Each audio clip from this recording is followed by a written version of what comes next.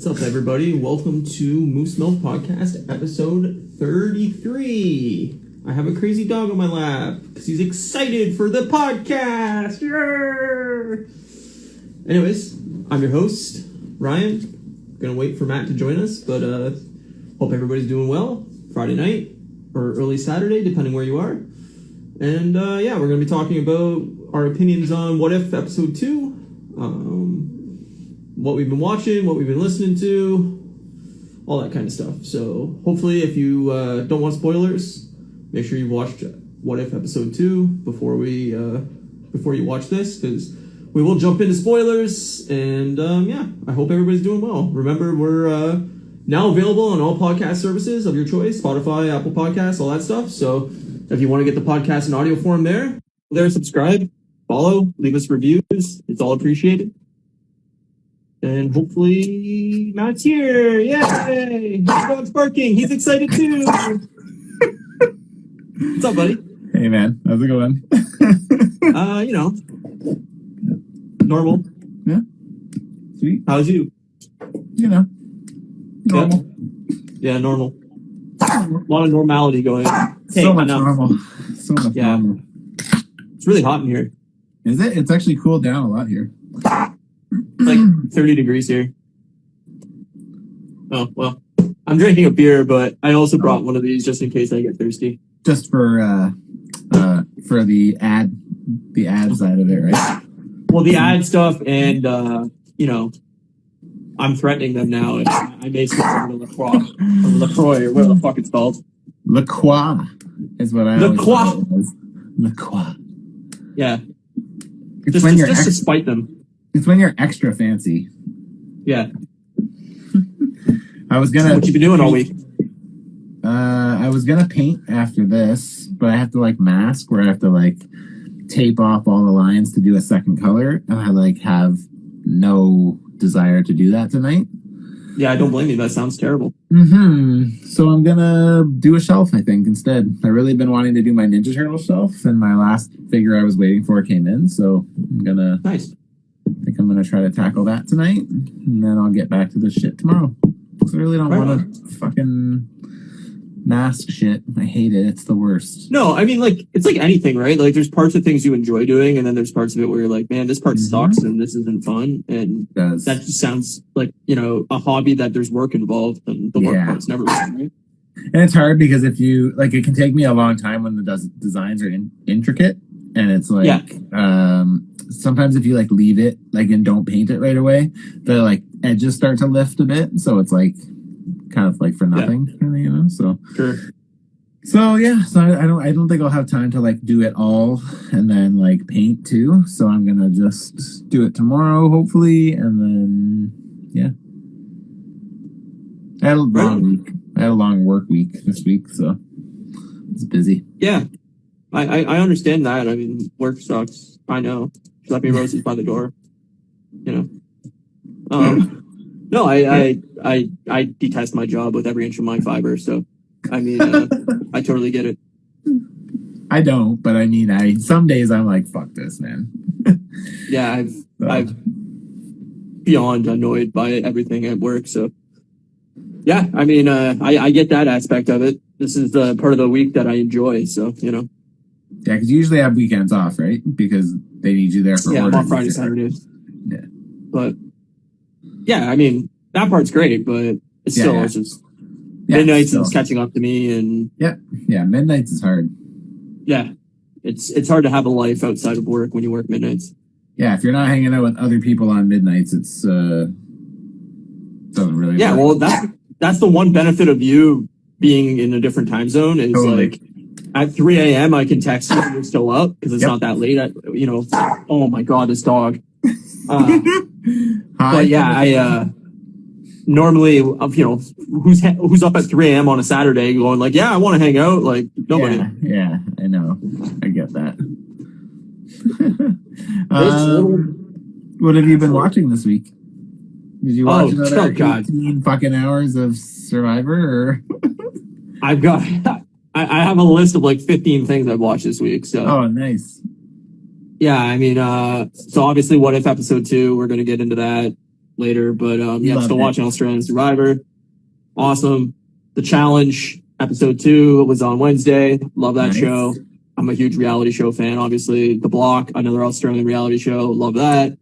Supergirl, I'm up to season 4, episode 6. So I've watched like almost 70 episodes in 3 weeks, just over 3 weeks. That's fucking crazy. So I'm on pace. I can definitely finish it in August if I keep at this pace. But yeah, it's good. I really like it. We just Brainiac's kind of now like a main character, which is awesome. Nice. Because obviously, I mean, you worked with Jesse Rath, and he does a fucking awesome show or awesome job on the show. So he's like my favorite character now. Oh, that's sweet. I only got to see, like, I only watched like maybe three episodes, and like all the stuff that he did, I thought was really cool. I kind of was like, from the 3 episodes I watched, my conclusion was pretty much what you said, is like, it seems like the characters are like well developed, and like the actors playing them are really enjoying playing. You can kind of tell that they've really owned these characters, right? But it is still there's really good chemistry between the actors and stuff. Like you can tell that they all got along off set. Like it doesn't seem like anybody was like, oh, I really hate working with this guy. Like it seems like they're all pretty like friends and socially like, you know, fun outside of work. So it's like you can really tell the chemistry on set. And yeah, Brainiac is just like really witty and funny, and he's like he's not a robot, but he's got like the like intellect of like a supercomputer basically. So he sees everything like extremely analytical, and like doesn't really like pick up on sarcasm and stuff like that. So like his like charm and humor in the show is just like spot on. Like I love it. So nice. That's sweet. That's so funny. Yeah, really, really funny. Then I watched Mythic Quest season 1, which is an Apple Plus show. What's his name? That's the guy from Always Sunny. Rob McElhenney and Charlie Day wrote it. From Always Sunny in Philadelphia. It's funny, like though, Always right? Sunny, it's from the writers of Always Sunny. It's isn't good. Isn't it like a funny like medieval thing or something? No, they make like a medieval video game. They work at like a game developer basically. Okay. And it just Charlie Day's not in it. It's Rob McElhenney's like the main character basically, and then it has like a huge supporting cast outside of that. But really, really funny, really witty, especially if you like play games a lot. Like you'll get a lot of the humor and stuff in it. And like yeah, I don't know. I watched the first season of that. It's really funny, really good. It's like 25 to 35 minute episodes, so it's not like you know, a huge commitment.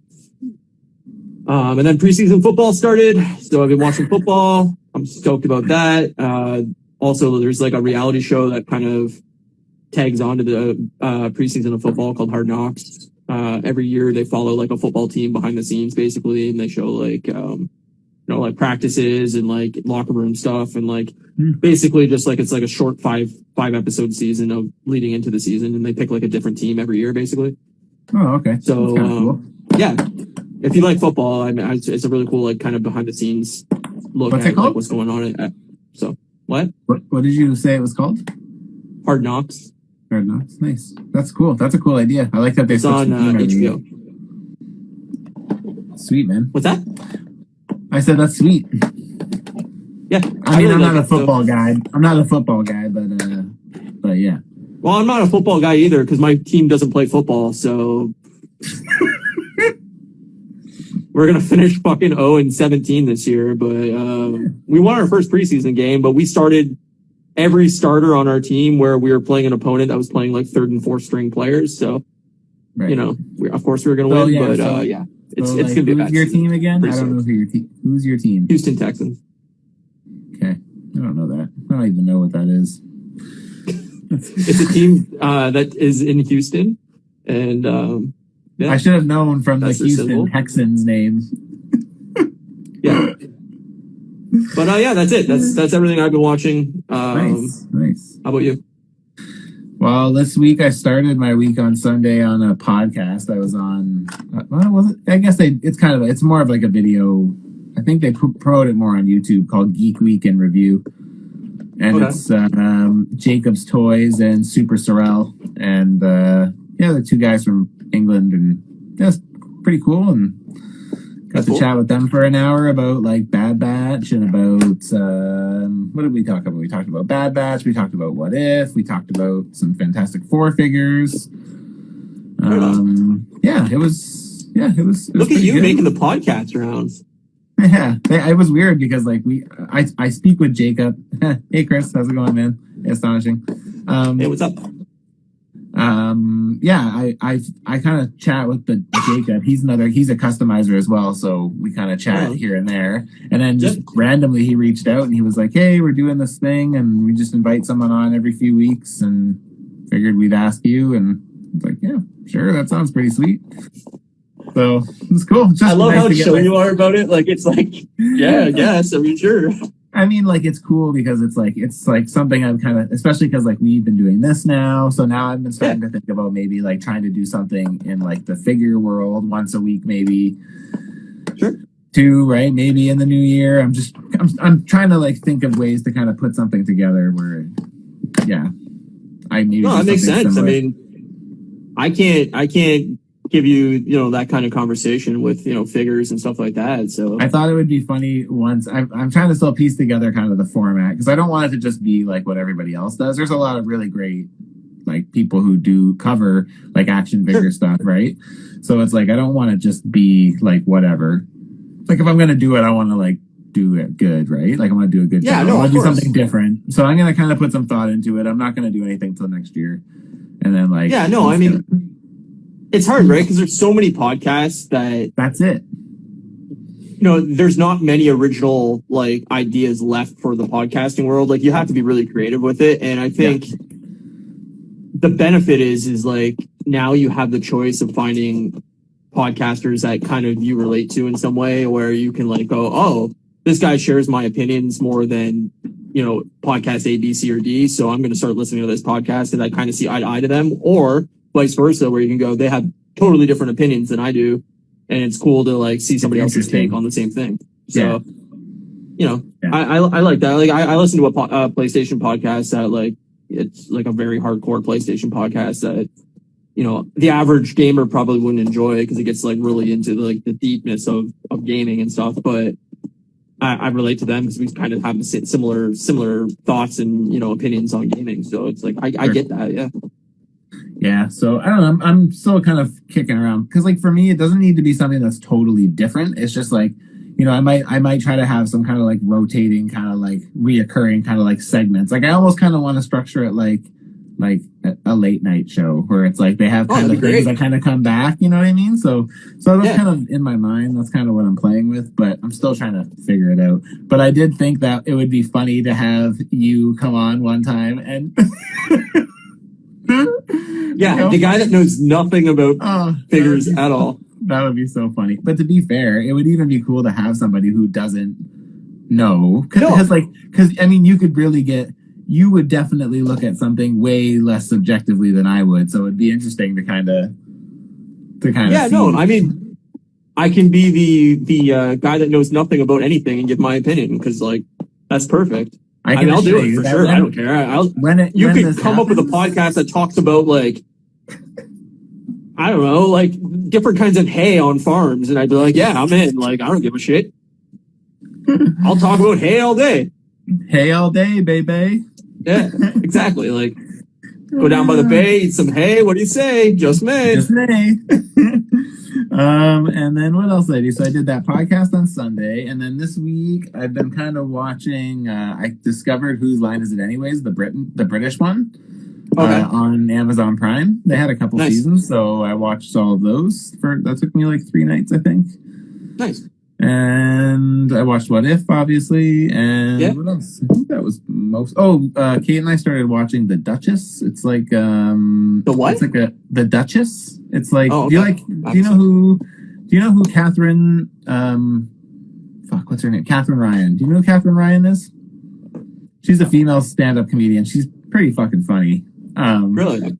Never heard of her. She has 2 shows on 2 specials on Netflix, and they're both good. Definitely worth a watch. One's called Glitter Room, and one's called something else I don't remember. But they're both good. But she's from Sarnia, so it's like she has jokes about like being from like shithole Sarnia. Like it's pretty.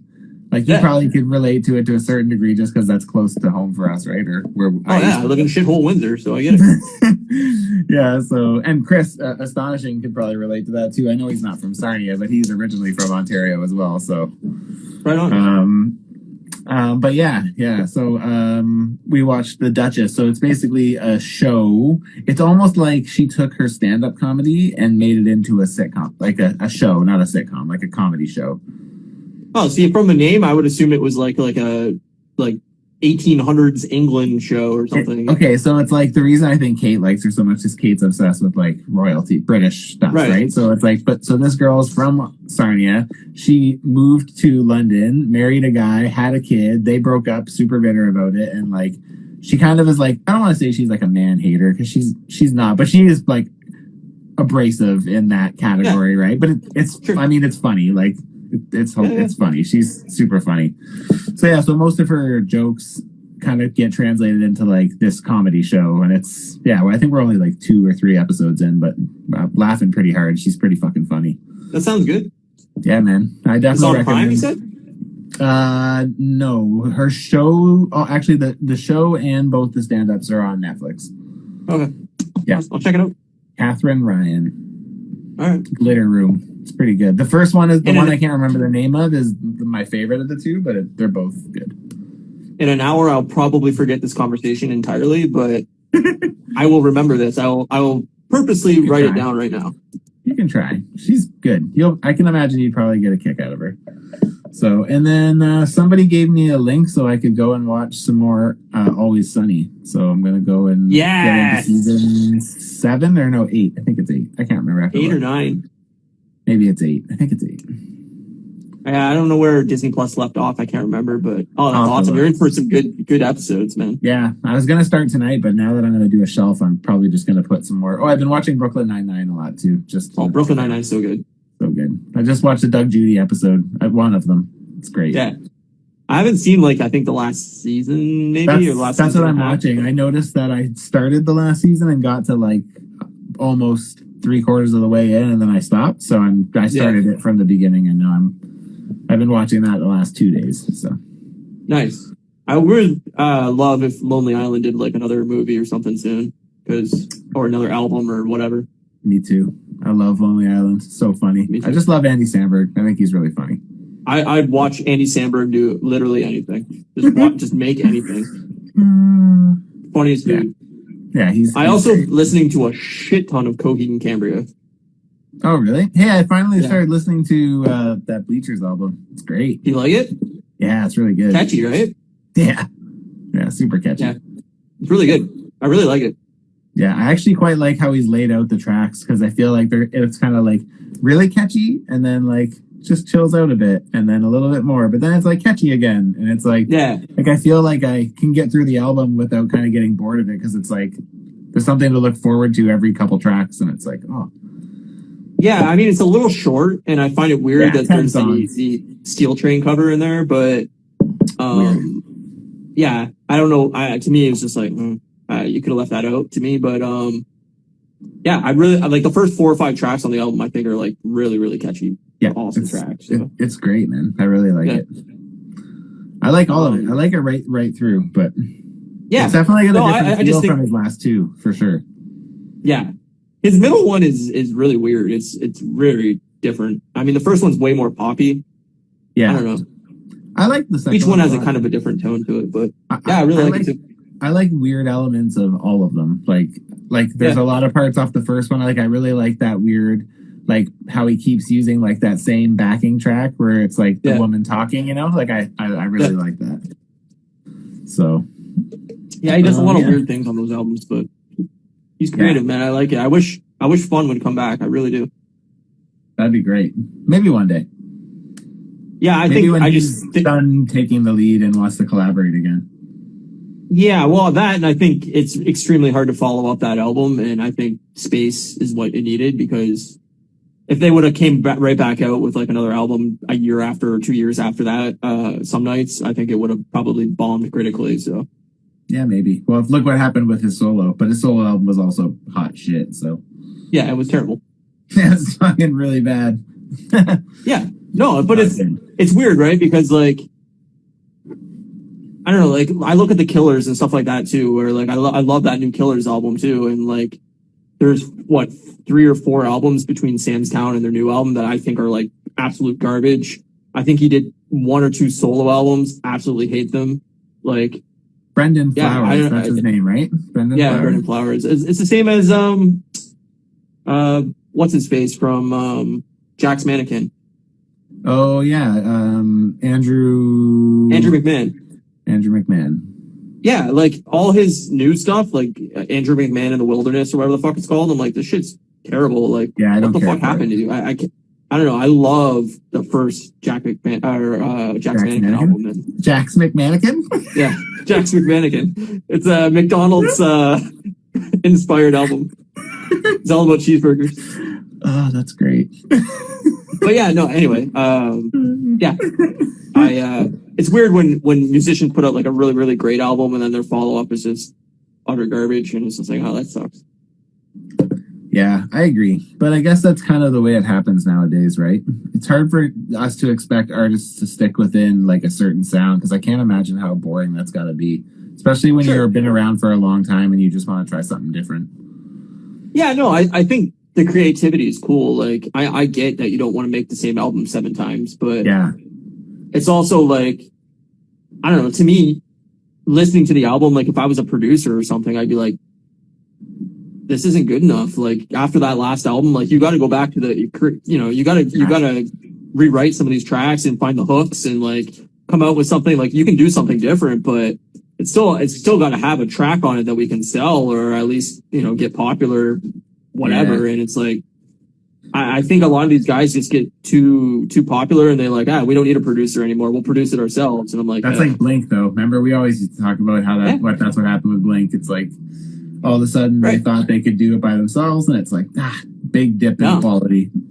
You need an outsider in there to kind of say like, and listen to it with like, an open mind, but also non-biased ears. Yeah, no biases. Like, to go in and go like, guys, this isn't good enough. Like, you need to rewrite some of these tracks or go back to the, drawing board and figure it out. But yeah, I agree. That's easy for me to say that has zero talent, can't play an instrument, can't sing.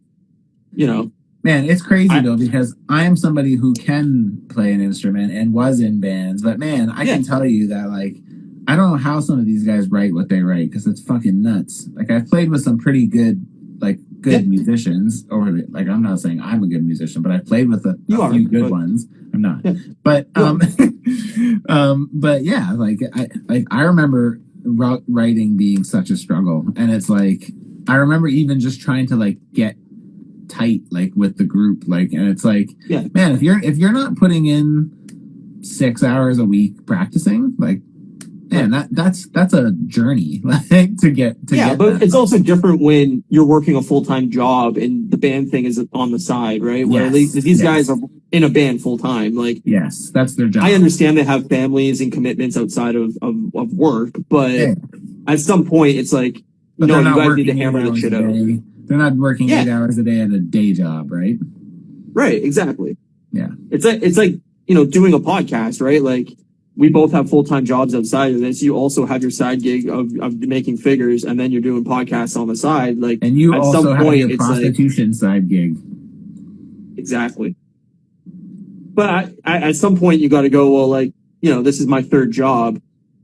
This isn't, my main job. You know what I mean? Yeah, I get it. And like these musicians are like, this is your main job, like figure the shit out. Yeah, I guess that's a good point. I don't know either. Hey, did you watch the Eternals trailer? I did. I liked it. Did you? Nice. I wasn't sure how you would think about it. I mean, I don't think it's going to be the best Marvel movie. I think it looks cool. I still think Angelina Jolie really miscast in the movie. I like Angelina Jolie, but I think she's too iconic of an actress to put in something where I don't see her as anybody but Angelina Jolie. Yeah. It's like, that's the problem with well-known actors is it's hard to see them as anything outside of who they are. So I think it benefits them more when like you cast some kind of low-key or new actor or actress in the role. But I mean, I say that now and it's like, well, Robert Downey Jr. wasn't an unknown, but it worked, but Yeah, I don't know. yeah. I thought it looked good. I'm excited for it, but it didn't like blow my mind. I didn't think it was like the second coming of Christ or anything, but Yeah. it looked good. It looked like a Marvel movie. I'm interested. Yeah, it didn't really hype me up. I didn't dislike it. It's not like I'm like, oh, what the fuck? But I'm just like, I just watched it and I was like, oh yeah, okay, that's cool. At least we know what's up now. It's better than the first trailer. Well, the first trailer was nothing. No, I know. That's what it's better than the first trailer. Yeah. I don't know. I hope it's great. It's like anything though, right? Like, I hope everything's great. I hope everything knocks it out of the park. I'm never rooting for something to fail, but as you know, we'll get into with What If is like, you know, our opinions differ on it greatly, and that's very okay too. So. Yep. Yeah. Yeah. I don't know. I mean, like I said, it's weird that we're just getting a glimpse of it now, like, because it comes out in November. So it's like, it's weird that we're like 3 months out and we're just getting our first pictures and like really our first anything of it.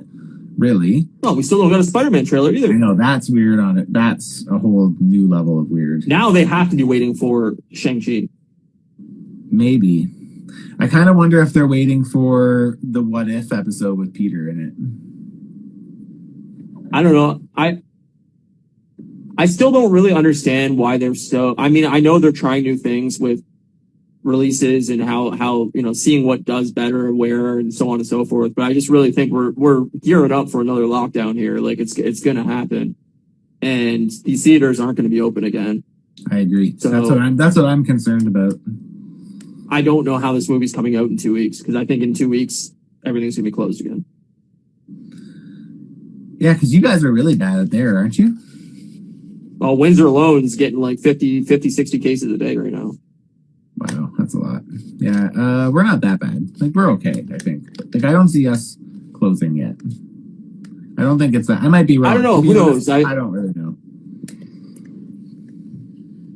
There's a lot of things they could do where they could, you know, proof of vaccination, you can go places still, and if you're not vaccinated, sorry. Or I don't know how they're going to do it, but yeah, you know, I just think like that them having expectations for these movies to do well, I think they're in for a world of hurt. Yeah. I wish it was going to Disney Plus. It's weird though. Okay, so like I kind of get both sides of it. Like I do like the option of being able to watch it from home, and I think in the case of Shang-Chi, I think it would benefit them. I think but so. I also wonder if this is a test to kind of see, like, you know, what kind of turnout you can get when the only option is a theater, right? Because like after I was talking about going, I'm considering next week going to see Suicide Squad alone, just to like go and get it over with. But like I said, I'm like, I kind of want to see a movie. Like that's kind of really where most of my desire comes from, is I haven't been back to see a movie since I've been able to do so. Right. But Kate won't go see it, so yeah. So but then I started thinking about like buying tickets for Shang-Chi, and I'm like,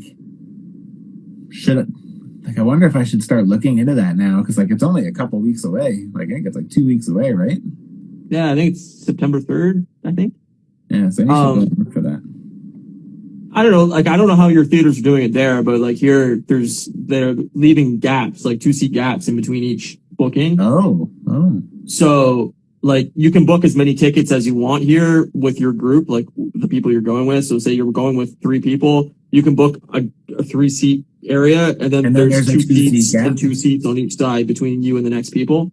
Okay. So, I don't know if it's the same there. I would assume as much, but like it will show you like the X'd out seats where you can't sit basically because has to leave that gap. So, and I think there is like a capacity for the theaters in general. So like, I think even if they can fit whatever 250 people in the theater, I think they're like maxing at like 100 or whatever it is. But I don't know. I had seen Suicide Squad in theaters, and I had no issues. I mean, it wasn't like, I thought it'd be weird and awkward, and like it was fine. I wore a mask going in, other than till I got sat down, and then I had a pop and some munchies and shit, and I took my mask off to eat, and that was it. Like it wasn't I wasn't worried about it. Yeah, so we'll see. I guess I don't know if that's the game plan or not, but that's yeah, I mean, yeah. I'm gonna go see. I want to go see Shang-Chi like with friends and whatever. So I'm hoping that people will go. But yeah, me too. Like I said, I mean, who knows? In 2 weeks, theaters could be closed again. I mean, kids are going back to school. Numbers are definitely going to jump up. So yeah, I definitely think I'll be safe for September 3rd, but I don't know about Eternals. Like, I don't know about November. So, but like, they also at some point they have to realize they have to get these movies out regardless for this universe to continue. So the thing is everything hangs based on like what happened in the previous movie. So it's like, if you want to continue the content at home, you have to get through the cinematic stuff too. Right. So that's why I think Disney's trying this now to see, okay, we took like whatever 50% hit from this. From Black Widow to this, like our numbers are way down. So for Eternals, it's going to be both because we got to make that money back or whatever. Like Disney doesn't need the cash; these movies can bomb and Disney's fine. But I think they're trying to see like, okay, what is the difference in money? Yeah. And well, like didn't I think it was New Guy, yeah. That Ryan Reynolds one. Didn't that one Free Guy, yeah. That just did like super well in theaters. I think it had opening weekend and it was like it did super well.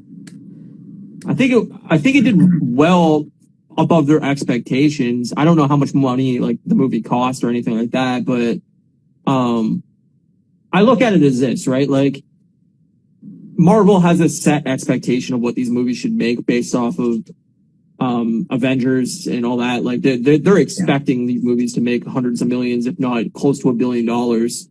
And none of these movies are going to come close to that now. No. And so I think their expectation is here where, Free Guy probably had their expectations a lot lower because it's a new IP. It's a movie that nobody had any expectation for. Now it could be great. I haven't seen it, but, it also probably didn't cost anywhere near the level of a Disney movie. So right. I don't know. That's just off the top of my head, but my assumption is that if that movie made a couple $100 million, they're gonna be like, oh, that's great. Like that's more than we expected, So, it might have some kind of like special effects and stuff just because it's like a video game world, but probably I'm sure it does. Nothing on comparison to what a Marvel movie would cost. Right, exactly. I doubt, anyways. So I don't know. I mean, like I said, I'd rather just watch the movies at home most of the time anyway, just because I always get sat in front of or behind or around annoying ass people that are on their phones and chatting the whole movie, and I just want to punch their kids and so. Fair enough. Yeah, I do like seeing them, especially the Marvel movies. I like seeing in a theater just because the experience is great, right? But I mean, don't get me wrong. If the option was there for me to see it in the theater and rent it at home, I would do both because I would just go and see it in the theater once, and then I would watch it at home the rest of the times. Because that should be the future. Yeah, I agree. That should be the future. I agree. Is you pay for a movie ticket and you get the digital version of the movie to watch at home too after you see it in theaters, or like I would pay like a decent amount for like day and date type things where it's like, hey, you pay $30 to go see this movie in theaters, and then when you get home, we email you a code to get the movie digitally. You own the copy. It's not a rental. It's yours to keep. Stuff like that. Like I think there's a lot of models that they could test out and try that like would get me way more hyped to go to the theaters and be like, oh yeah, I'll go see, I don't know, whatever, Eternals or the new Scream movie next year or whatever. Like I'd go to theaters and go, okay, yeah, now I own this movie. Great. Cause I love collecting movies, even though I prefer them physically. A digital copy is a digital copy. I'll take it. Yeah. Yeah, for sure. Yeah. I mean, who knows? I don't really see it going that way because I feel like in doing that, they would be cutting out 50% of their revenue. You know what I mean? It's like, well, they are and they're not because if you're paying $30 a ticket. Yeah. But I mean, when you think about it, like, I mean, I don't know what it costs to see a movie in Windsor, but here it's about $15. Okay, it's like $22 here or whatever. So it's like even to pay double, like I would like if what you were saying was a thing, I would pay double every time But because just give people the option, right? I would get benefit out of that. Like I'm the kind of person that rewatches a movie like 8, 9, 10 times. So but that's what I'm saying, right? It's like if you and Kate were going to the movies, give the option of saying, okay, we don't need both these tickets to get a digital copy of this movie. I'll pay $40 for this movie, so we have the copy of the movie. We'll pay $20 for your ticket, and then boom, we have the copy. We're both happy. We're both, we get a date night out, and we're good to go. Like, I just think giving people options is the future of like, yeah, if I have the option to watch this movie at home and pay $30 for it, why don't you want to give me that option? Because I'm not going to the theaters anyway. So say for like, I don't know, the new Ghostbusters movie. I'm not that stoked on it where it looks okay, but like, I'm not like going to go out of my way to see it in theaters. But if I had the option of, hey, I'm bored at home. If I'm bored at home one night and I'm like, hey, it's a $20 rental on Netflix or Disney Plus or whatever, I'd be like, all right, $20. Yeah, sure. I don't have to go out for the night and I can watch it at home by myself. Like, I'm in. Yep. I don't know. Yeah, I get that too. I mean, don't get me wrong. I would love it. I feel like they benefit more from being able to sell it physically after the fact. They can build up hype on it for a second time. And like, I feel like if you compared numbers on that, like even at their prime of theater time, like I feel like companies would lose money, would not lose money, but would lose revenue versus doing it traditionally where you would do a theater run and then a video run. But well, I think their biggest worry is pirated, right? Like, absolutely. If they release it digitally, there's that version out there that is pirated now, and people can just watch it pirated, and you can they lose that money that way. You can pretty much find anything as soon as it comes out online. It's right, but I look at it too as like, I don't have children, and I couldn't imagine having like, hey, we're going out for a date night. We have to get a babysitter to watch our kids. And then we're going to spend, $60 out on a night out to go to the theater or whatever. Like, that's a pretty expensive night just to go see a movie. Yeah. On top of paying the babysitter, on top of all that stuff. Like, I'm lucky lucky, whatever. I'm privileged enough where I don't have children and I don't have to worry about that kind of shit. But like, I could understand, or even if you were taking your kids out to a movie, like, hey guys, we're going to go, and now we're paying $15 a ticket for 4 people to go see a movie. Rather than, hey, it's on Disney Plus, we're going to spend $30 as a family and have a cool night in with the kids and, have some popcorn or whatever. Like, I just think giving people options is a much easier way. There's a lot of people that would never pirate anything and they're out of laziness. And they're going to go, hey, I turned on Disney Plus and there's the new Pixar movie on here. What a great, easy night that we don't have to, pay attention to the kids and we can go have dinner while the kids are watching the next Pixar movie or whatever. Like, I don't know. I just think the more options available is the more money that they can make. Yeah, I guess you got to kind of look at it from certain perspectives too. Like, I can't imagine what it costs. Like they probably don't make a ton off of actually the movie theaters, like, because the movie theaters probably have to pay them to show the movie, I would guess. Yeah, right? They do. So, but I mean, they're making a rip off of it, but like obviously the theaters are taking a percentage of ticket sales, and all that too, right? Yeah. I don't know exactly what the percentage is or whatever, but you also got to think is like, I'm not asking Disney to spend $300 million on the next movie. Like, that's their own choice, their budget, their profits and all that. Like, that's above my pay grade. I can't worry about what they're making on a movie. Yeah, like, but you can have a say in that by whether you pay to see it too, right? Like, if you see Iron Man 1 and it looks fucking incredible, and then you go and see Iron Man 2 and it looks janky as fuck, you're gonna be like, what the fuck, man? Like, I mean, agree. If all of a sudden the appeal drops because everything looks cheap and janky, then what? Then I agree with you, but I also think like we're in a different time now, right? Like, if people don't start going back to theaters and theaters close again and they have all these movies they got to get out, that's not my problem of making their money back. That's up to them to decide, okay, we're paying these actors $30-40 million a movie. That's absurd. Nobody needs that kind of money. That's got to change. These actors are going to have to be willing to take a pay cut because I'm sorry, but nobody needs that amount of money for one movie. we don't need to spend $100 million marketing this movie now either, because we don't have that kind of money and it's going to Disney Plus.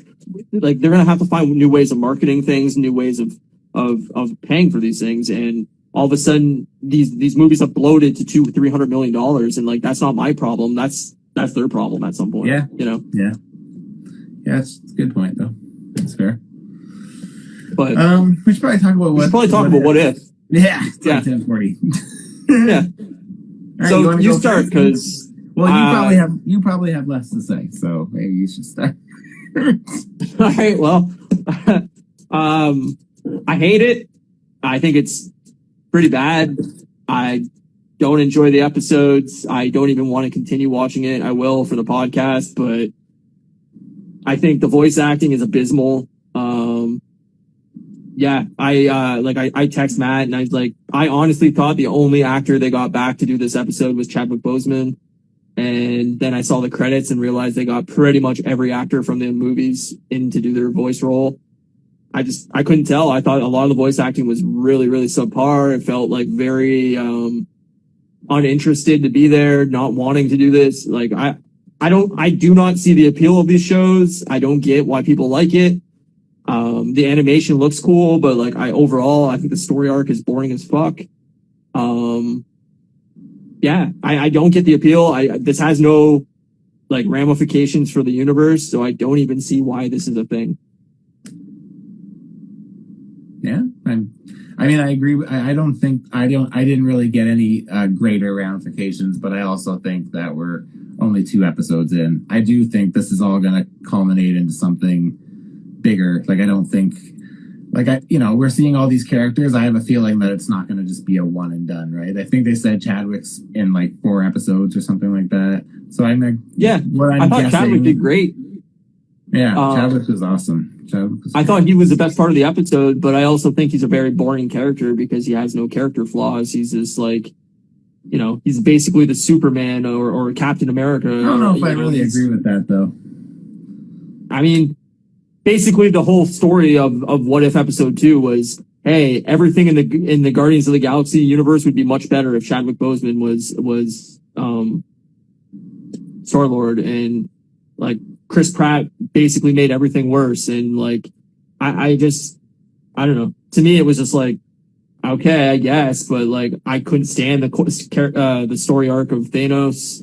I thought it was boring. Nebula, I thought was boring. Like, I don't know. I just didn't really like any of it, and I felt like the whole thing was basically just like, well, Chris Pratt's a dick as Star-Lord, like, and I was like, well, that's one of my favorite characters in the entire universe. So it just, I don't know. I didn't like it. I didn't enjoy it. About 10 minutes in, I was ready to turn it off. I don't get the appeal. Well, as I was watching it, I was like, Ryan is hating his life right now. So yeah, I pretty much. I'm not trying to be mean or negative or like, I'm glad people love it. That's great. I know I'm in the minority. I don't expect people to share my opinion. Like, totally cool. I like what you like, and I'm glad people are getting what they like, and that's wonderful. I'm not an animated person. I don't like animated shows in general, and this was probably never going to appeal to me in the first place. Mm-hmm. But I don't get the love. I don't get the admiration for the show. I don't understand why, like, they just announced another Star Wars like animated thing, and I'm just like, I don't get it. I don't know why people. That's the anime one, I think. Yeah, Visions, Star Wars. I actually didn't get around to watching that trailer. I totally forgot. I should do that. Yeah, it's like, I guess like 7 or 6 different anime, like famous anime people are writing like 6 different versions of like Star Wars basically in their vision, I guess. That's why it's called Visions. But I don't see the appeal. Like, I tweeted it out because one of the guys I follow from one of the podcasts I like, he's an actual animator. I don't remember what studio or whatever he's at, but he does animation and shit. And I said, like, he was like stoked for it. And I was like, I'm sick of animated stuff. Like, I don't want animated stuff. Like, I'm not 5 years old. I feel like these shows are geared towards children, and like, I'm not trying to be cynical. I'd rather have a live action anything rather than an animated thing. So I like to state for the record that for every animated series that I love, I would like it 10 times more if it was live action. But I understand that in order to put out the content they want to, they have to do stuff animated because it's faster and it's cheaper. Yeah, so, I guess. I mean, I don't know. Like I said, I don't know the cost. I don't know what the difference is in doing a live action thing versus. I'm sure it would be way more to get all these actors back to reprise, their roles in this like what if universe. But like to me, to do like a 25-30 minute episode on this like what if this happened, it all just feels way too like sped off. Like there's not enough breathing room to really make these story arcs really feel like a thing. It's just like they need more time. These could be like full length movies on their own, and I don't know. It's just basically retelling the same stories again from different angles. And I definitely don't agree with that statement. On Captain Carter, I agree with that statement. I think my biggest issue with Captain Carter was that, and I think I had said, was like it seemed really quick. Like it seemed like a story I already heard because I did. It was basically just Captain America, but with Peggy instead of Steve. And like that was pretty much it. Like obviously little things different, but like, that was essentially it. This one was 100% different. The Ravengers we know were not the Ravengers we know. Their motive is completely different. Star-Lord as a character is completely different. He's not a like he basically is. He goes from being like a Jake Peralta to a Captain Holt. Like he is. No, I agree with you in that regard, but I also think like it's the same storyline. Like I mean, character arcs are different, and but it's the same thing. It's hey, I'm going in to steal the Infinity Stone, and instead of this character being bad, he's good. Instead of this character being good, he's bad. Like I don't know. I mean. I don't think that's really a fair assessment of this episode. I mean, aside from the fact that it had Ravengers and characters we knew, I felt like that was really where the similarities ended.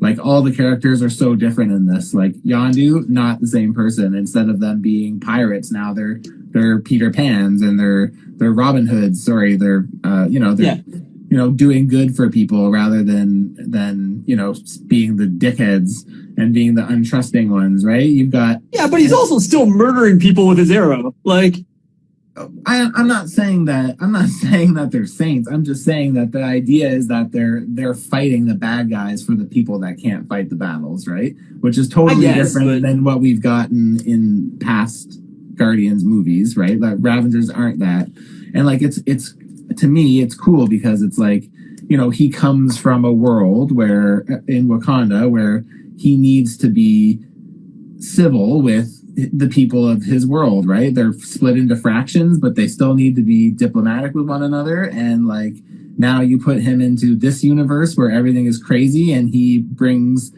a sense of calmness and is able to, and again, like, don't get me wrong, like, do I think it's realistic that T'Challa could talk Thanos out of his idea? No, not really. But I do think the idea of it in this world is entertaining. And I also enjoy the fact that Thanos is still like, well, it would work, but, we're going to just do this for a bit, right? And like, to me, I find that like that side of him, it's like, it's super funny to me because it's so different from what I expected him to be.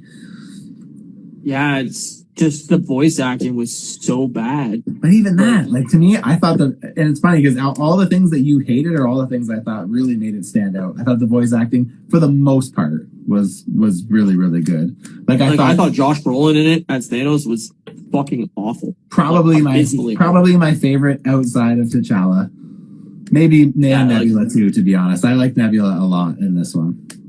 Nebula's fine. It didn't bother me. Thanos especially bothered me. I also thought Yondu was really bad.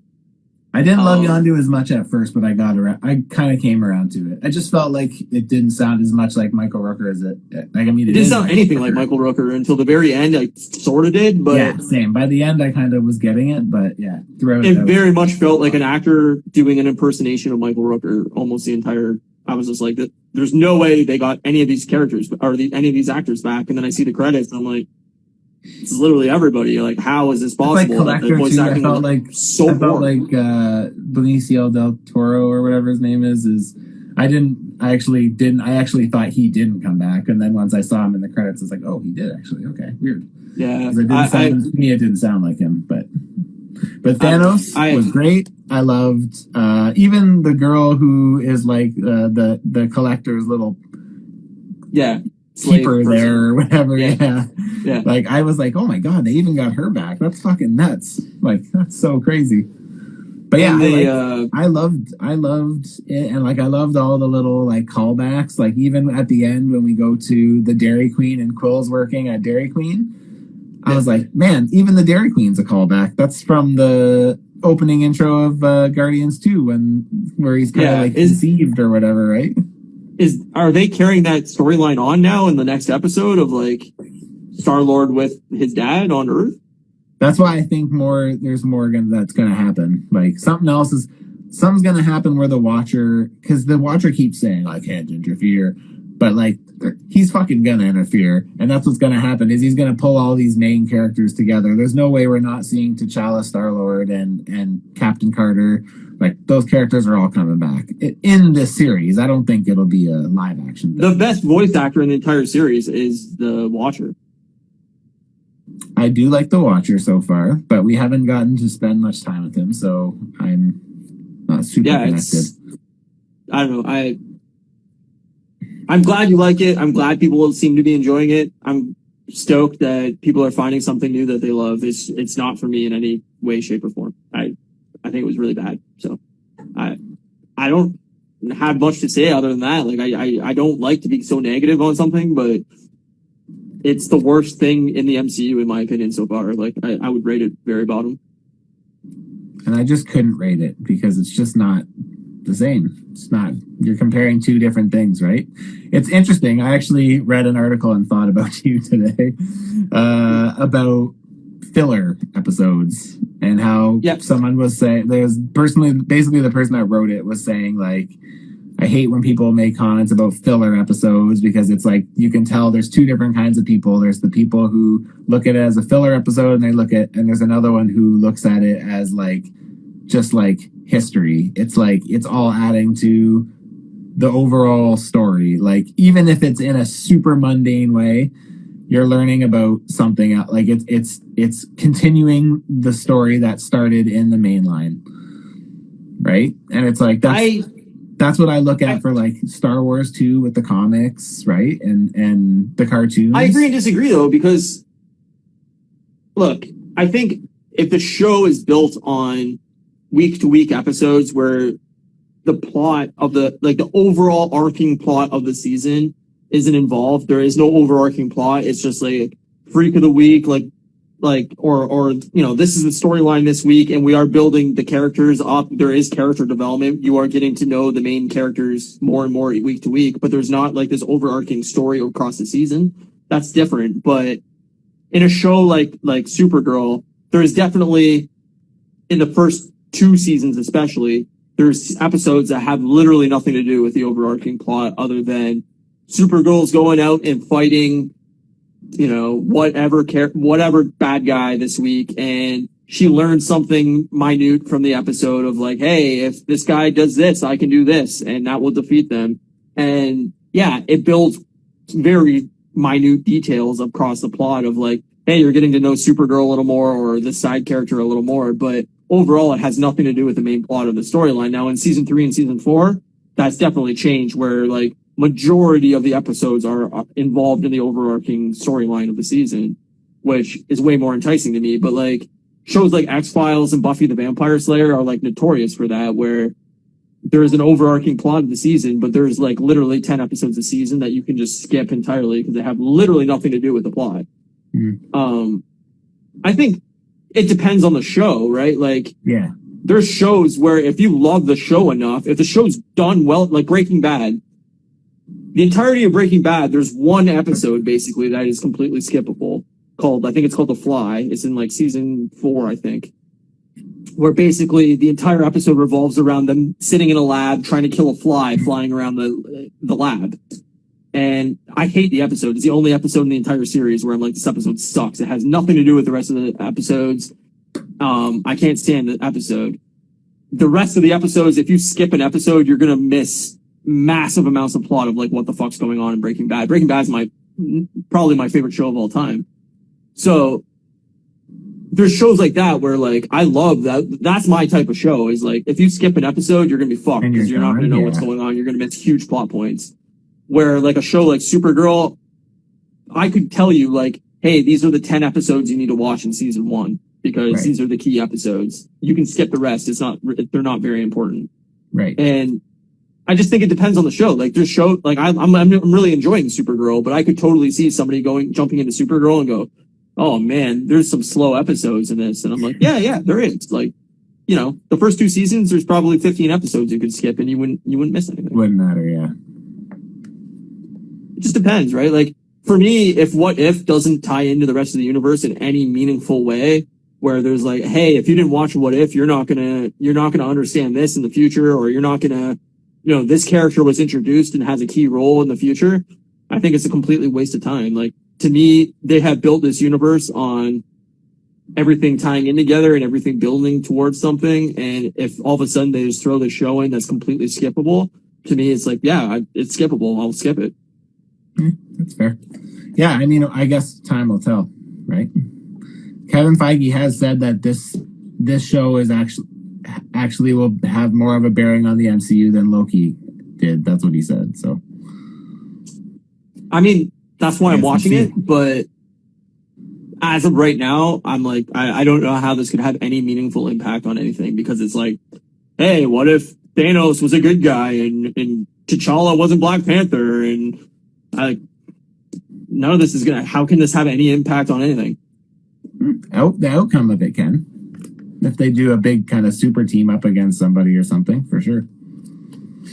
I guess, but yeah, for sure. Unless the thing is like the simple like principle of or like the layout of this show being What If. Like it literally could be anything. Like they could do anything with this. Right, but like they can do anything, but that's what I'm saying is like how can this impact outside? They're doing this in an alternate timeline, in an alternate universe where to me it's like, well, this is Earth 365, right? Like this is a different Earth, this is a different planet, this is a different timeline where this is in our timeline. This is in our MCU. So what if it becomes our timeline? Well, that's what I'm saying. Unless at the end of this season where they go, all these universes are crashing into each other and this is like, and all the characters are going to get mixed up and it's going to be like, well, probably not T'Challa, but like, yeah, but like, okay.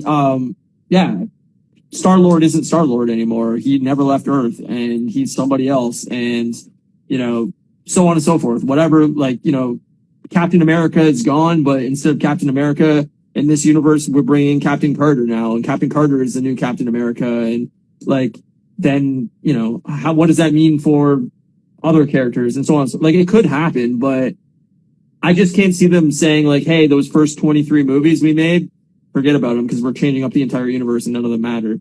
Like to me, that might not be that they don't matter. It's just that now they may not need to like go back to it now. Like now that it's done, they may just be like, all right, time to like this. Like you want to talk about really setting the slate to kind of start fresh. Like that would be how you do it. I agree, but there's a difference between starting fresh and pissing people off. And not really. Captain America's gone. Tony Stark's gone. Really, like. But everything they did mattered. Everything they did had emotional impact. And that's my point is if all of a sudden you go, they just don't have to talk about it or deal with it. Well, they probably won't talk about it anymore. Yeah.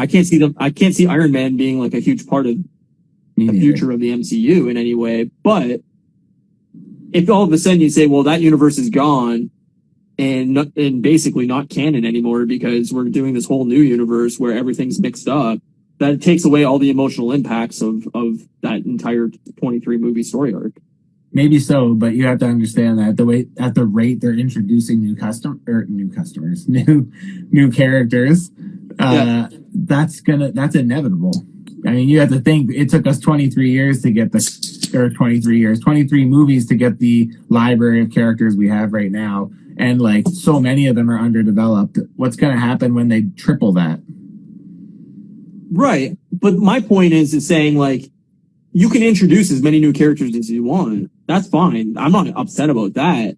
My point is like, all of a sudden, if you go, what if, I don't know, whatever episode, what if, Quinn became Iron Man instead of Star-Lord?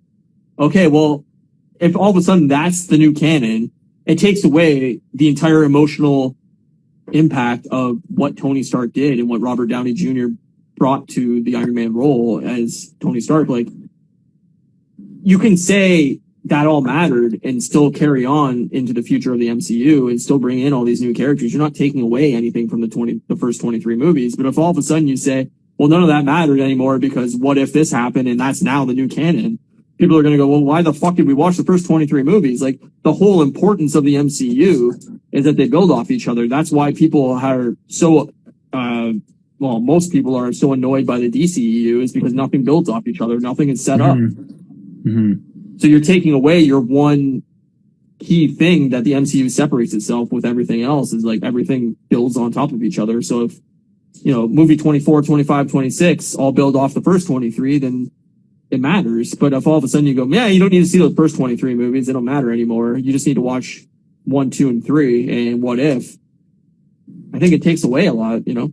Yeah, I don't disagree with you, but I also think that, I think like we mentioned earlier, I think they're in the stage of trying things right now too, right? And, you know, like to try to bring in new fans, I kind of look at it like they do at the comics, right? Where it's like, okay, we want this to be accessible to new fans. Yep. Let's just start over every 12 issues. That's literally what happens in the comics. They just start over. Yeah, no, and I get that too. 1, 2, 3, 4, 5, it's a huge commitment to say 12 and 1 again. It's a huge commitment to say, hey, 12-year-old kid that's just getting into the MCU, you have to watch these first 27 things before you can watch the new movie. It's like, even like I said before, like, I don't know, probably episode 5 or something, like I was trying to get my parents to get into the MCU and it's just too big of a commitment to them. Like my mom probably has watched 3 movies in the last 15 years. Like, she's not a movie person. Yeah. So to all of a sudden say, hey mom, watch these 23 movies and then so you can go see this next movie. It'll take her the next decade to watch 23 movies. It's never going to happen. Yeah. So I get that aspect of saying like, hey, if you haven't watched these first, 89 hours of MCU product, you're not going to get this next thing. I get that that's a huge commitment and they're going to go, yeah, we want an easy jumping in point of going, hey, you can start here and now everything makes sense. And you only need to watch 2 hours of something to get into this next movie. Yeah. I understand that theory and everything, but for somebody that's committed, it's the same thing as when they had all the Star Wars side canon and books and comics and all that. And then Disney bought them and said, nah, none of that matters anymore. That's not canon anymore. The uprise of fans. But that one I understand because as much as people were pissed, I understand why people were pissed, but I also understand that you buy a company or a property like Star Wars, you want to be able to tell stories without boundaries. And if you have to go off of a bunch of different artists who didn't work together to really come up with a cohesive story as canon, good luck.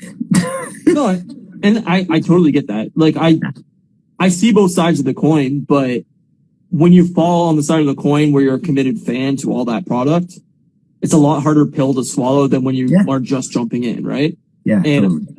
I get that, you know, me being 36, I'm a lot more, you know, committed to these products than somebody that's young just getting into these things. But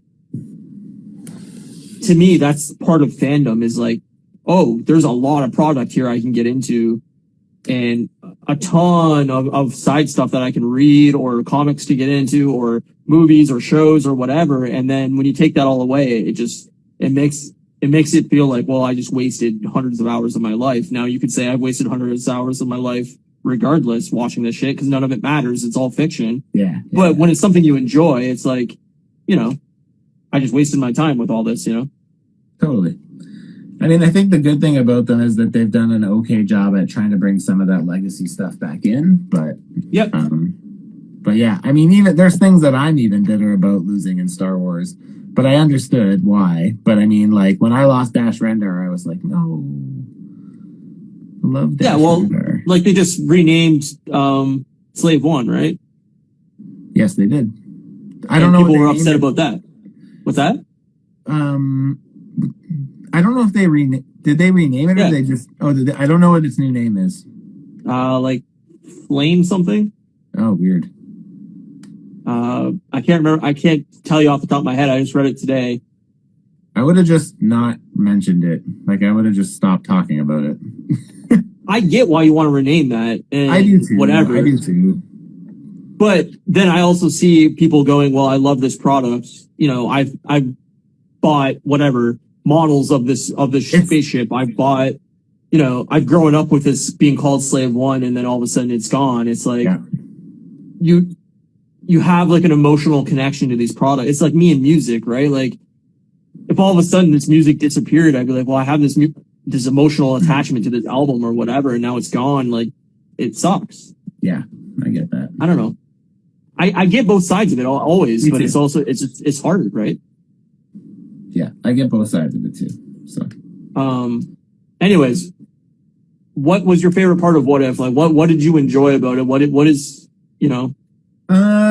I think I just talking a lot about it, so you talk about it. I liked the whole overall story. I liked that it wasn't just what the first one was, which was a story I already knew being told again with a slight difference. Like, I liked that it was like I love the Guardians. I liked how it kind of started like we were going to be getting the same thing where he gets into the little temple thing, and then all of a sudden Korag, I can't remember the guy's name. I can't remember either. Damien, the guy who plays him, I can't remember his name is either. But like even that part was like great. It was like the exact contrasting opposite of what happened in the real Guardians, where it's like he's like, oh no, you don't need to make a big deal out of me, and then he's making a big deal out of it, and it's like exactly that's exactly what Peter Quill wanted in the first, right? So it's just like I love that, and I loved even though it was like kind of like kiddie, I loved that relationship between Korath and T'Challa, how he's like, yeah, we're like best friends, and like like I don't know, that it was just it was funny to me, and I liked the different take on the Reavers. I really liked the Thanos story because I could tell that he was still like, yeah, but you know, I'd kill everybody, but you know. Yeah. It's just like I quite liked that. I liked the Drax thing, the little thing with Drax the bartender. I thought that was pretty funny. And again, because because T'Challa did what he did, you know, he references his family, and it's like his family's still alive. So it's like kind of like everything he kind of touches is like, it's like it brings good rather than like shit. Now, I only watched it once. So you watched it multiple times, right? I watched it twice. Rocket and Groot wasn't in it at all, right? No. That's weird. He doesn't really start the Guardians of the Galaxy. But there is an episode in this, apparently. I saw the like spoiler like episode names, and there's an episode down the road, something called Guardians of something or something of the Galaxy. I can't remember what it is, but it's like, okay. So I'm wondering if he builds a team, because I know that they've shown a picture of Gamora. And she wasn't in this episode, so yeah, I kind of was surprised by that too. Yeah, I thought we would see. I figured I didn't think I would see Rocket or Groot, but I did assume that we would see Gamora. But I guess maybe later. I didn't think Rocket and Groot would be a part of like whatever was going on with like Star-Lord and Thanos and all that stuff. But I thought like at least they'd be like bad guys at some point, or they'd be like a cameo or something. And like the fact they weren't in it at all, I was like, those are the two characters that make the most sense in like an animated show. Like they're totally, you know, animated basically. I mean, like, I don't know. That was the shocking part to me. I was like, those are my two favorite characters of Guardians of the Galaxy, and they're not even in the thing. So I don't know. I wonder if we'll get to see them. I know next week's episode is Loki centric, so next week we'll be spending more time with Loki. Yeah. Do you like what if Loki was? Don't know. Not sure. Maybe what if Loki won Battle of New York? Maybe. I don't know. Yeah. Who knows? But see, like, I mentioned this to Matt earlier in the week too via text that like my idea for the show would be much different. Of like, I would like to see like what if Magneto was helping Captain America during, World War II, or like, what if Wolverine was part of the Battle of New York and an Avenger? And like, I mean, I get Matt's side of it of like, these characters haven't been introduced in the MCU yet. So to like all of a sudden throw them into an animated what if show would be weird and probably like a big transition or whatever. But like, to me, that would be like an enticing thing of bringing me into this universe of like, that's something I would way rather see, because it's something like, oh, what if these characters were part of this? And like, we just got the rights back to this character. Like what would happen if these were involved? What if, instead of Spider-Man being part of Civil War, it was Venom, and how would that differ? Or, like, that to me is way more enticing than like, what if T'Challa was Star-Lord? Like, to me, it's don't get me wrong. I would love to see X-Men in the MCU, but yeah, like I said to you, it seems silly to put the introduction of especially Wolverine. I think Magneto they could probably get away with, because I feel like they're probably going to shelf Magneto for a bit. I feel like after 9 movies, we're probably ready for a fresh villain. Yeah, I agree. I think they're doing Apocalypse. I would love to see Apocalypse. I think that's the route to go, as Apocalypse as like one of the big bads of like the next couple phases. Yeah. I could definitely see them doing an X-Men character that we really haven't gotten like a lot of. I think Mr. Sinister. If I had to guess, if I was putting money on it, I would say Mr. Sinister. That'd be cool too.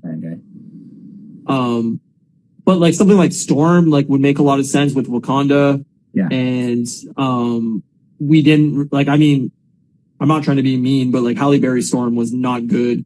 I think that would be cool to see like a cool version of Storm that like is very different and very like appropriate to what we like know of Storm versus. Apparently we're getting Riri Williams, Ironheart. That's like the teenager Iron Man girl. Apparently we're getting her in Black Panther. Apparently, I saw that. Mm-hmm. That's interesting. Mm-hmm. I don't know how that will fit, but maybe she'll get her tech from there. That would make the most sense to me. Yeah. I still think Gambit's the best way to go, because it's a character you never really used. Gambit would be great, but I feel like they're going to probably start with the original 5, because I feel like they haven't done that yet. And I feel like there's a lot of great stories they can pull from on that. Yeah.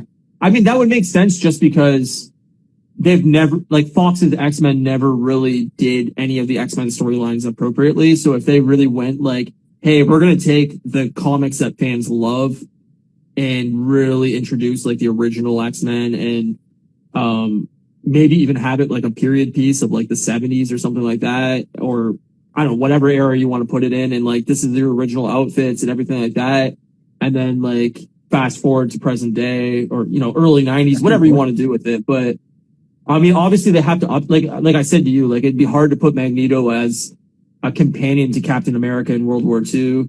And then fast forward to present day where Magneto's 90 something years old. Totally. It doesn't work really anymore. So they would have to do some kind of like, oh yeah, he got frozen with Captain America, or like, you know what I mean? Like they're ice buddies. I don't know. I don't know how you do it, but, they're called chill chums. Yeah, exactly. Or some kind of like portal travel. He got stolen. I don't know. Some mutants age slower. I don't know how you do it, but yeah, it just doesn't really work anymore. But somehow you got to bring these characters in at some point. Like we have to have a Magneto at some point. Oh yeah, I do think Magneto is inevitable, but I just think they're gonna be smart about it. Yeah. So, but I mean, even like to me with X-Men, like I feel like if they casted young, they could have them for a good amount of time, and they can appeal to a younger audience, which I feel like would be a smart thing, because I feel like you can do a lot of stuff with X-Men that will favor both. Like it'll satisfy like longtime fans, and we'll be able to draw in a new audience with just a younger cast. Yep. But yeah, I mean, you get a little bit of diversity in the cast. I mean, Jean's the only female, but like Bobby's gay, so like if you wanted to do that, you could do that. You could always, I don't know, you could always adjust. Like any of them could really be gender swapped if they really wanted to. Like, I feel like. I think that's a risk, but I think. I do too, but.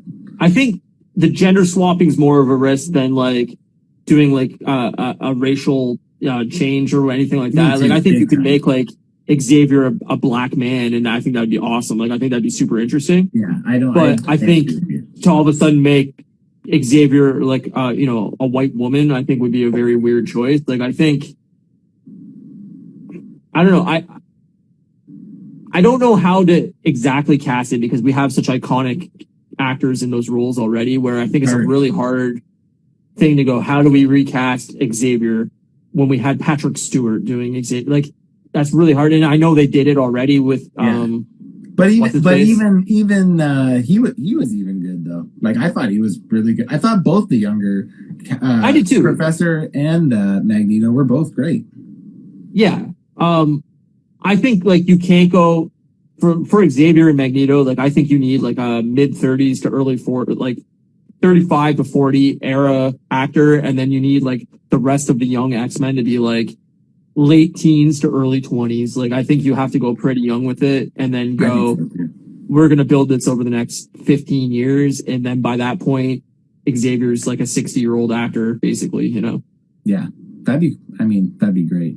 I guess time will tell, but I mean, the hard thing is again, just with having to wait for movies, it's like, especially as the slate continues to fill up, right? It's like, well, that and the risk is waits aren't going to get shorter.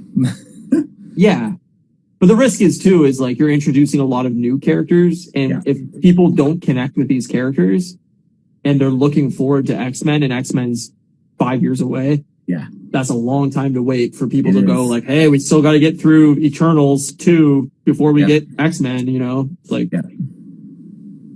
but I mean, even when you think about the movies that have dates currently, if you just put that on the table, we're waiting quite a while for X-Men. Like, well, it's earliest 2024, I think.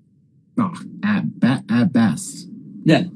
I think it's more likely like 2025, 2026. Like, that's not to say I don't think we'll start seeing mutants. I do think we'll start seeing sooner. They have sooner to. than later, but they have to. But like I said, like you don't want them to introduce, and the X-Men are here, and here's the X-Men, and there's an X-Men movie. Like I think you need to introduce each character individually. I agree. Slowly build it up. Hey, we're putting together a team of mutants. Hey, there's a school for gifted mutants. Like slowly build it and interweave it throughout these movies, and have like, end tags in the credits of like introducing character, whatever. And then, like almost like how in, Days of Future Past, I think it was where in the end credits, Wolverine sitting at the bar. That was First Class, wasn't it? First Class. Or maybe it was in the movie. I don't even remember now. It was like the movie where they go up to him and they're like, we're looking to help you. Like, fuck off. Fuck off, yeah. Right. So that's what I mean is like slowly build things in that way where like all of a sudden you see like, the city that they showed off in Falcon and Winter Soldier in, Madripoor. What do you call it? Right. All the show like mutants fighting there in like a fucking ring or something, and slowly introduce like Wolverine that way as like he's a combatant there or something, and then he left Canada to go to Madripoor to do whatever, and then boom, you've introduced him, but you don't need him as like a starring character in the next movie. Like he's just a background. He's involved, but you don't know what he's doing yet. If I could pick how they were going to introduce Wolverine, it would be a movie with Hulk. That would be ideal. That'd be awesome. Did you see that they're going to do a World War Hulk movie? I did not. I read it. I don't know if it's true because I see so many fucking random sites that just post news. But apparently, Disney is ready to do a standalone Hulk movie, and they're talking it's going to be World War Hulk. Interesting. And it's going to take place after She-Hulk. They're going to reintroduce the character in She-Hulk because he's a part of it, but it's not going to be Endgame like Hulk where he's like half Hulk and half Bruce Banner. Is he going to go back? It's going to be like he's going to by the end of the series he's going to be like full on Savage Hulk, like rage fucked up Hulk, and then they're gonna do like a World War Hulk movie. That'd be sick. That'd be crazy. And I'd love to see that. The rumor was in the article. I don't know if it was a rumor or if it was just like them hypothesizing that the next Avengers movie he could be the villain of like they all have to take down Hulk. That'd be pretty cool. Yeah. Yeah, I'd be down with that for sure. I'd be down with that. That'd be cool. I feel like you could put Wolverine in a World War Hulk movie too, though. Again, right? Yeah. Be cool. Yeah. No, I totally agree. That'd be great. I still want a good Wolverine versus the Sentinel movie, but I think Sentinels will come in due time, and I think when they do, Wolverine will be around. So that's all I've ever wanted. Yeah, I do think Sentinels will be another slow burn thing that they slowly build up to. Once they, I think the political side of it is going to start being really wrapped into it. Of like, we have way too many people with powers on this planet, and the humans are going to start getting worried. Like, hey, all these superpowered beings and all these mutants and everything are going to start wiping us out, and like you're going to see that like uprising. It's the next step. It's the next step of the Sokovia Accords. Exactly, and that could build into like Civil War II or like whatever. But like that whole human side of like, feeling lesser than and being scared for their lives, and then that starts the political angle, and then the government starts bringing in Sentinels or whatever to wipe out mutants or wipe out superpowered beings, and I don't know. I think there's also a rumor that they're looking at maybe doing the Secret Wars. I saw that too. Storyline, which would be really cool. That's where like basically Doctor Doom is like God. And like he creates a world by smashing together a bunch of different universes. So you get like one section is like all the Marvel zombies mixed in with like a couple like non-zombie superheroes. And there's like one where it's like a World War Hulk one, kind of similar, where there's like all these savage Hulks running around and stuff. And Captain America rides a dinosaur. It's cool. It's like, it's weird, but I don't know. Like, it'd be cool to see because that would be another way they could kind of like soft reboot the universe if they wanted to like basically pick and choose what they were going to keep. Because that's pretty much what that crossover thing did in the comics. Was they kind of like the second one, anyways. They kind of like mishmashed the universe together, and that's how like Miles came into like the 616 universe because all of a sudden we have to be getting Miles soon. There's no way we're not getting Miles. Like Sony is. It has to be introduced in Spider-Man. Sony is like trigger happy. They're ready to put out like 50 fucking Spider-Man movies because people are excited about a Venom trailer. Like, I would put like $100 down that Miles is in the next Spider-Man movie. I would not be surprised, to be honest. Yeah. I don't think it'll be a big role. Like, I think he'll just be a kid in the movie at some point or at the school. He'll be like, hey, Miles, or like whatever, and it will just be like a throwaway line or whatever, but they're definitely going to introduce Miles Morales. Yeah, I agree. There's no way Miles isn't coming soon. So, yeah. No, that sounds awesome. And like, did you see? They said that Anthony Mackie signed on for Cap 4. Nice. Dope.